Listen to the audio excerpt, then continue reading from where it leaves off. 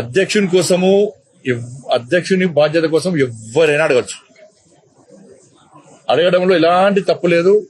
వాళ్ళకు రావాలని కోరుకోవడంలో కూడా ఎలాంటి తప్పు లేదు. దాన్ని ఎవ్వరు తప్పు పట్టరు. ఎవరి వాళ్ళకి ఆలోచన రావాలని కోరుకోవడం తప్పేం లేదు. కానీ చివరికి ఏమైతుంది, చివరకు అధిష్టానం నిర్ణయించిన వ్యక్తికి, అధిష్టానం ఆలోచించిన వ్యక్తికి, ఎందుకంటే అధిష్టానం అన్ని ఆలోచిస్తుంది, దేని ద్వారా పార్టీకి లబ్ధి పడుతుంది. అట్లా ఒక అభ్యర్థిని ప్రకటించిన మాత్రాన మిగతా వాళ్ళు డమ్మి, మిగతా వాళ్ళతో ఏం కాదు. ఎవరితో ఏ పని అవుతుంది, ఎవరికి ఏ బాధ్యత తప్ప చెప్పాలనో అధిష్టానం నిర్ణయిస్తుంది. ఈ భారతీయ జనతా పార్టీ ఈ మధ్య కొత్తగా స్టార్ట్ అయింది. నాకు ఈ మధ్య కొత్తగా స్టార్ట్ అయింది ఈ సోషల్ మీడియాలో ఉల్టా పోస్ట్ పెట్టి చూడు. లేకుంటే వేరే పార్టీలు చేస్తుంటారు అందరూ.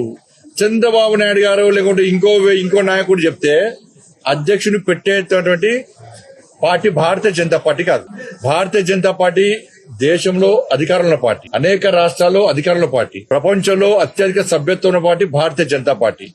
నమ్మిన సిద్ధాంతం కోసం పనిచేసే కట్టర్ కార్యకర్తల పార్టీ భారతీయ జనతా పార్టీ. కాబట్టి అధిష్టానం అన్ని చూస్తున్నది.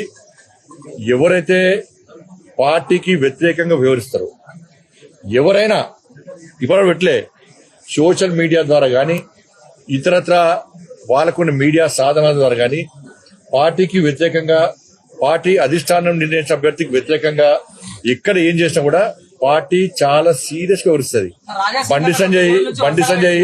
బండి సంజయ్ ఉంటేనే పార్టీ, బండి సంజయ్ లేకుంటే పార్టీ లేదంటే మూర్ఖత్వం అవుతుంది. ఎవరు లేకుండా పార్టీ నడుస్తుంది.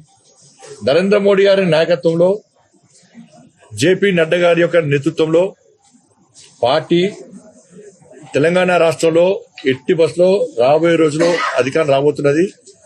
కట్టర్ కార్యకర్తలందరూ కూడా పార్టీ అధిష్టాన నిర్ణయానికి కట్టుబడి ఉంటారు. వీళ్ళు డమ్మి, వాళ్ళు డమ్మి, వీళ్ళు డమ్మి అని చెప్తే ఎవడో పెట్టినంత మాత్రాన ఇవాళ చూస్తున్నాను. ఎవరు బీఆర్ఎస్ వాళ్ళు పెట్టారు. బీసీ అంటే మనకి బీఆర్ఎస్ పార్టీ అని చంద్రశేఖరరావు దిగి బీసీకి ఇవ్వని చెప్పు.